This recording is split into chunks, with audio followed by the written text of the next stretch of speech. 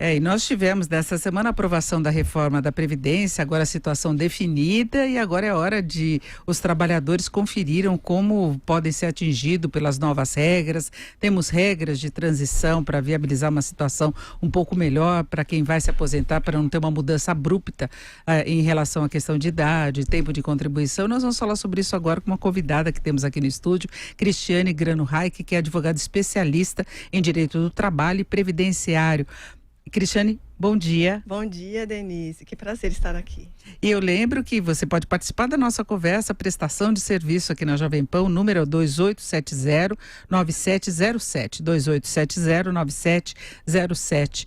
Agora, doutora Cristiane, eu acho que vamos falar antes de mais nada do que muda, qual é a principal mudança que as pessoas devem prestar atenção na hora de saber, olha, quando que eu posso me aposentar, que é a grande expectativa, né? Exato. Como a gente não tem mais aposentadoria por tempo de contribuição, ela foi retirada do sistema para quem vai ingressar nele a partir de agora, né, Denise? Então, a primeira coisa que a pessoa tem que atentar é quem já está no sistema, se ele consegue se inserir em alguma regra de transição. Eu sei, não é uma análise das mais fáceis de ser feita, né? São 5, dependendo da situação, até 6 regras de transição.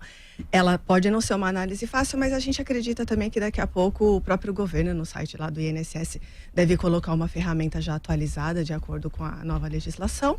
Em segundo lugar, atentar também para o valor, que a gente fica muito fixado assim, quando poderei me aposentar. Como também foram alteradas as regras para cálculo do benefício, então também a pessoa tem que fazer uma análise disso, tá bom? Desses 2 principais aspectos, eu acho que foram esses, né? Fim da aposentadoria por tempo de contribuição, alteração do cálculo das aposentadorias.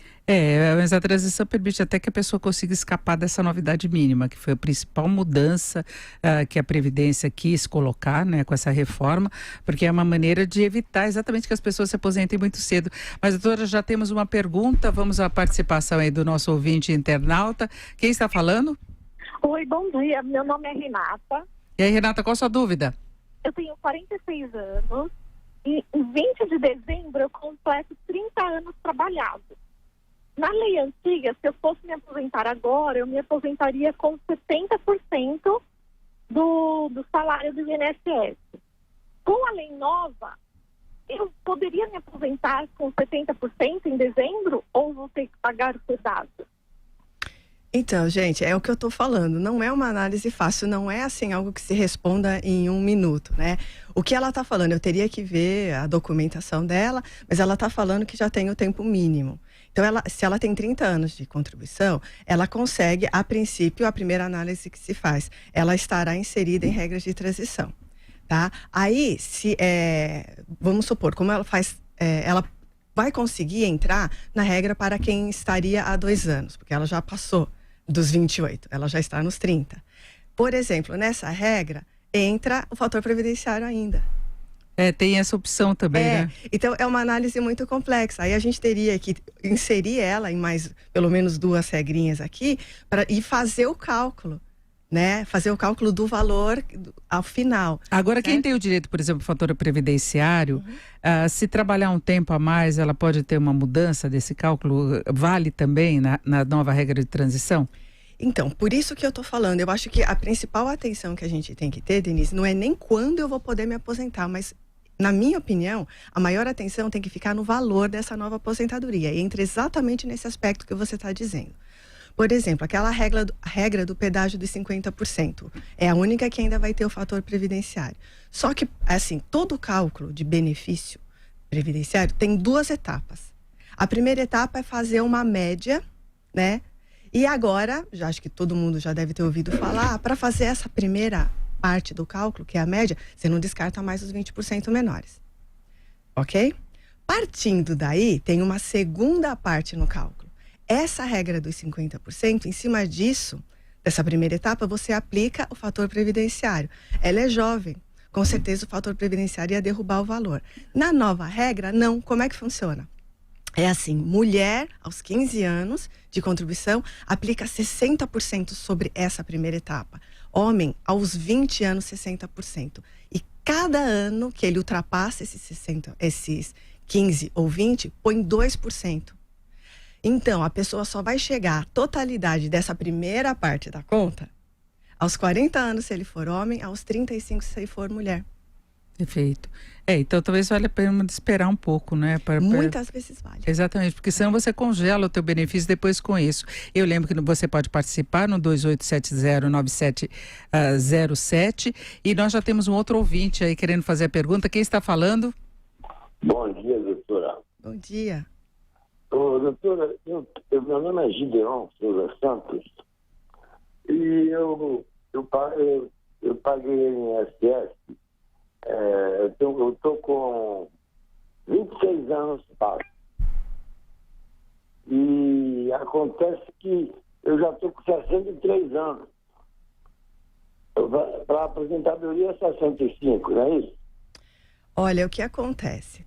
Toda aposentadoria requer um tempo mínimo de contribuição.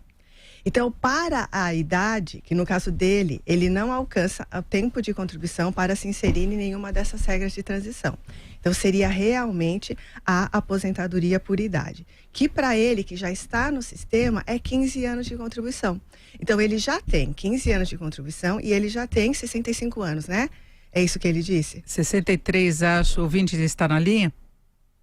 Não, eu acho que era 63. Então, como ele já tem os 15 anos de contribuição, porque ele já estava no sistema, continua sendo o tempo mínimo de 15. E aí ele vai ter que esperar, então, chegar à idade mínima de 65. Só que, assim, é certo, o valor não vai ser bom, porque vai entrar naquela questão que a gente falou. Ele não vai ter direito à totalidade daquela primeira parte, lá, a média de todo o período contribuído. Vai ser um percentual baixo, né? Agora, a pessoa que fica esperando para conseguir um valor maior, ela não corre o risco de ser atropelada por mudanças de data, de prazo, não. Quando entra nessa transição, ela pode esperar, porque tem aquele fator, por exemplo, 8696, que ainda está valendo, só que muda no outro ano, né? Isso, mas sobe 2 pontos. Porque é 1 ano de contribuição, se ela não sair do mercado, né? Aumenta 2 pontos por ano para a pessoa. 1 ano da idade e 1 ano a mais de tempo de contribuição. Então, soma 2 em cada um, né? Então, normalmente, essa regra de pontuação é uma das melhores até. Que garante benefício o valor total, né? Exato. Exatamente. Bom, vamos à participação de mais um ouvinte. Quem está falando, por favor? Bom dia, Luiz. Oi, Luiz. Eu já estou com todo o meu tempo, né, de aposentadoria, entre aspas, concluído. Eu estou fazendo um recurso dentro da Previdência Social que já está na 2ª instância, no CAD já, né? O que eu gostaria de saber é o seguinte, se vai afetar alguma coisa a respeito pelo fato de eu entrar, como é que eu vou dizer agora? De entrar a nova regra, né? E se isso pode afetar alguma coisa pelo fato de eu estar fazendo um recurso, né? Por causa do meu tempo especial, que eu trabalhei em uma empresa aérea, né? E eu tenho que contar, e o INSS não levou em consideração esse tempo que eu trabalhei como mecânico de manutenção de aeronave. Eu gostaria de saber se vai influenciar alguma coisa agora, antes do julgamento desse recurso. Bom dia, né, a todos. Bom dia. Bom, se ele tiver sucesso nesse recurso administrativo, não muda nada, porque fica valendo a data que ele deu a entrada no requerimento, que foi na lei, que é engraçado, né? Não é a lei velha, mas a gente já fala lei velha, né? Exatamente. Tem poucos dias de lei velha, né? Exatamente. Então, se ele tiver sucesso nesse recurso, nada vai afetar. Agora, se ele não tiver sucesso, e daí ele tiver que depois entrar de novo com o pedido, aí sim, isso submete à transição, Exatamente. Isso. Bom, vamos ao mais um ouvinte que está ligando aí pelo 28709707. Quem está na linha? Oi, bom dia. Bom dia. Qual o seu nome? Roberto Mantovan, de São José do Rio Preto. Oi, Roberto, qual a sua dúvida? Eu vou completar agora, dia 30, 56 anos de idade, e eu estou com 34 anos e quase 7 meses de contribuição. Eu gostaria de saber que eu vou ter um pedágio de 50% para pagar, né? Vai aumentar mais 2 ou 3 meses aí de trabalho. Ontem eu entrei no cálculo da Previdência lá no computador e aparece uma renda X se fosse aposentar hoje. Com essa mudança, eu vou perder alguma coisa nessa transição? Eu vou para algum outro fator ou vai ficar no mesmo fator? Altera porque ele não tem direito adquirido. Ele não completou 35 anos de contribuição na lei antiga. Então, se até o dia 19, que é o que tudo indica, é dia 19, né?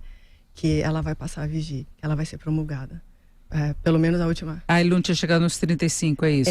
Exatamente. Ele está com 34 por um ano. Exatamente. Então, ele vai entrar em regra de transição. Com certeza, ele consegue entrar na regra de transição do pedágio dos 50%. Então, o quanto faltaria? Como que é essa história de pedágio? O dia que entrar em vigor, né? Quanto falta? Aí, metade disso. Então, é o tempo que faltava mais metade disso. E nessa conta, como a gente disse, continua entrando o fator previdenciário. O que acontece? As pessoas estão entrando ali no site do INSS e fazendo aquela simulação. Mas essa simulação está pela lei que está valendo hoje, gente. Que a gente fala que, entre aspas, né, a lei velha, mas é a lei de hoje que está valendo hoje. Então, o que ela está fazendo para ele, essa simulação, é da aposentadoria por tempo de contribuição. E seria o normal agora, nas condições atuais. Mas que daqui a poucos dias não vai ser mais, né? Então, assim... É melhor procurar um posto de INSS se quiser saber, se a pessoa estiver perto de se aposentar, por exemplo, vale a pena? Olha, Denise, eu acho que a carga de trabalho lá já está tão grande, porque teve uma enxurrada tão grande de pessoas. Pedidos, inclusive, para a pessoa que queria se garantir antes, né? Exatamente. Então, o que a gente aconselha? Realmente um pouquinho de paciência, porque, como eu disse, é quase certo que eles já estão trabalhando nesse novo simulador, de acordo com as novas regras. Até já foi colocado um em determinados... E esperar não muda nada a situação da pessoa, se esperar alguns meses? E se ela já tiver direito adquirido, não muda, né? É claro, as coisas ainda estão muito incertas, né? A lei, quando ela é elaborada, a intenção é uma, quando ela cai no mundo, ela é, por incrível que pareça, às vezes interpretada de uma outra maneira, e quando depois ela começa a ser questionada no judiciário, ela é interpretada de uma terceira maneira. Então, não dá para dizer isso dessa maneira tão categórica, né? Mas, a princípio, a pessoa não seria afetada. Tá certo. Temos mais um ouvinte. Por favor, quem está na linha? Alô? Perdemos contato. Agora... Alô? Oi, pode falar. Quem é? É Ivan.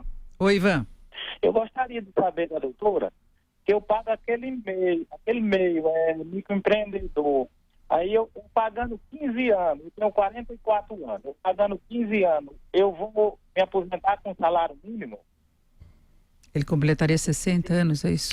Então, mas olha só, ele ainda não tem o tempo. Não. Então, ele vai ter que esperar a idade de 65 anos. Se o tempo todo ele pagou nessa sistemática que você realmente paga um percentual a menos e a condição é apenas ter o salário mínimo como aposentadoria, é isso aí. Ele vai completar a idade, tendo esse tempo mínimo de contribuição, e vai se aposentar com o salário mínimo. Agora, é até importante ter perguntas a respeito do MEI, porque tem aumentado muito o número de pessoas trabalhando dessa forma, por conta própria, uma outra forma de contratação. Vale a pena a pessoa fazer a contribuição? Como é que ela pode fazer para se garantir em termos de aposentadoria mais à frente? Eu até acho que daqui a pouco, dentro de alguns meses, vai ter até que talvez rever isso. Porque é uma coisa engraçada, isso foi criado lá atrás, né? Para você tinha direito à aposentadoria por idade e tal, e a condição, você paga menos, e a condição era justamente você abrir mão da aposentadoria por tempo de contribuição. Então, eu me questiono até agora, será que eles vão fazer algum ajuste nessa legislação, tendo isso em vista agora? Não sei. Eles estão incluindo mais categorias nessa possibilidade do MEI, né? E realmente é uma maneira de trazer pessoas para a proteção previdenciária. É evidente que você vai falar assim, mas não é uma proteção num nível bom. Para falar bem a verdade, é muito complicado e às vezes sou até cruel falar assim, eu sei, eu tenho essa consciência. Mas, tecnicamente falando, né, claro, e é muito legítimo que cada um, particularmente, queira da Previdência Social um benefício no valor bom. Mas quando você analisa friamente, a Previdência Social, ela foi criada, e eu vou dizer em palavras leigas, né? O intuito é dar menos dinheiro para mais gente. Para dar uma proteção, para você espalhar mínima. Essa proteção. Inclusive, o teto é bem acima da média salarial do país. Exatamente. Então, o problema é que muitas vezes fica aquela defasagem por causa de critérios de reajuste. Então, vai ter um problema em relação ao salário mínimo. As pessoas sempre comparam isso, mas o salário mínimo passou vários anos aí com uma política de reajuste real que teria quebrado a Previdência muito mais rapidamente, não é? Exato. Bom, mas nós temos mais um ouvinte aqui antes de terminarmos. Vamos lá. Quem está na linha?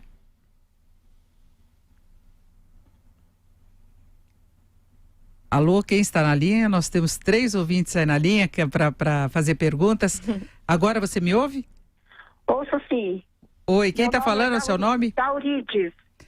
E qual a sua dúvida? Então, eu queria saber qual a diferença da transição de 100% e 50%. Eu faço 30 anos em janeiro de contribuição e 58 anos de idade em dezembro agora deste ano. Qual que é a mais vantajosa no meu caso? Vai ter que analisar direitinho.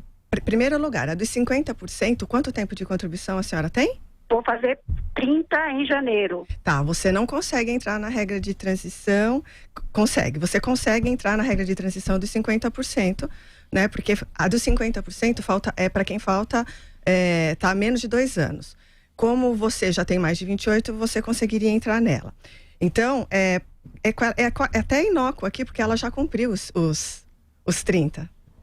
Percebe? Então, a regra do pedágio dos 100% tem que fazer a conta, porque provavelmente o cálculo dela, ela está confusa, Denise. Ela tem 56 anos e 30 de contribuição? O que acontece? A regra dos 100% é 57 anos para a mulher. Ela exige uma idade mínima. A regra do pedágio dos 50% não.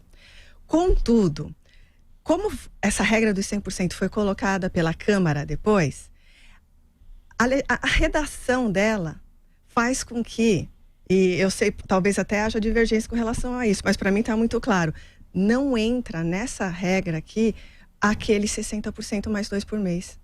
Você usa direto os 100%, você usa direto a média da primeira parte lá da conta que eu comentei com vocês, faz a média de tudo que contribuiu, aqui não aplicaria aquele 60% mais 2, vai direto para a totalidade. Então, normalmente, essa regra do pedágio dos 100%, ela está sendo bem vantajosa. Então, eu volto a falar, desculpa insistir, mas não é só a data, a pessoa tem que também atentar para o valor. E, provavelmente, a outra vai ficar mais vantajosa para ela se ela esperar um pouquinho aqui, 1 ano a mais. Bom, nós temos mais um ouvinte na linha. Quem está na linha agora? Aristeu Pires. Oi, Aristeu, qual a sua dúvida? Eu já sou aposentado há mais de 5 anos, mas continuei contribuindo, inclusive no teto, porque é obrigatório, né? Mas eu já completei 65 anos e 40 anos de contribuição. Existe ainda, com essa nova legislação, a possibilidade de desaposentadoria que tinha sido excluída na outra lei? Não, para recalcular em cima do pergunta teto, bem interessante a do ouvinte. Não existe, o Supremo, nossos tribunais já decidiram que não existe possibilidade da gente desaposentar e incluir no cálculo aí eventuais contribuições que vieram depois da nossa aposentadoria. E é por isso, exatamente, que a gente tem que pensar muito bem antes de se aposentar.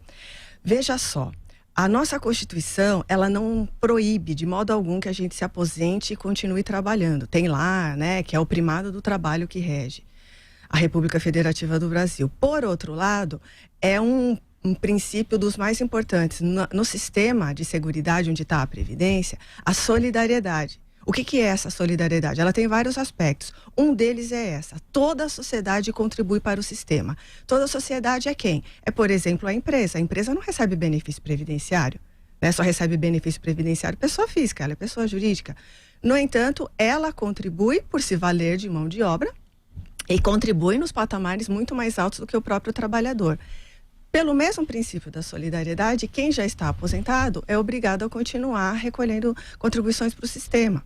Então, gente, o que nós temos que perceber é que isso já foi um recado dado na Emenda Constitucional número 20, lá de 1998, já tinha sido dado esse recado. Não façam isso. Se a gente vai continuar trabalhando e, portanto, sendo contribuinte obrigatório e tendo que contribuir, essa é a consequência natural, não se aposentem, espere para se aposentar depois com um valor maior. Só que esse recado não foi entendido, nem com a inserção lá do fator previdenciário no sistema, esse recado foi entendido pela maioria dos segurados. E agora vem de novo dando esse recado ainda de maneira mais forte, porque fica muito mais evidente no cálculo do benefício. Isso, contribua por mais tempo para melhorar o seu valor. Então, infelizmente, não, você está aposentado e se você ainda trabalha vai ter que continuar contribuindo.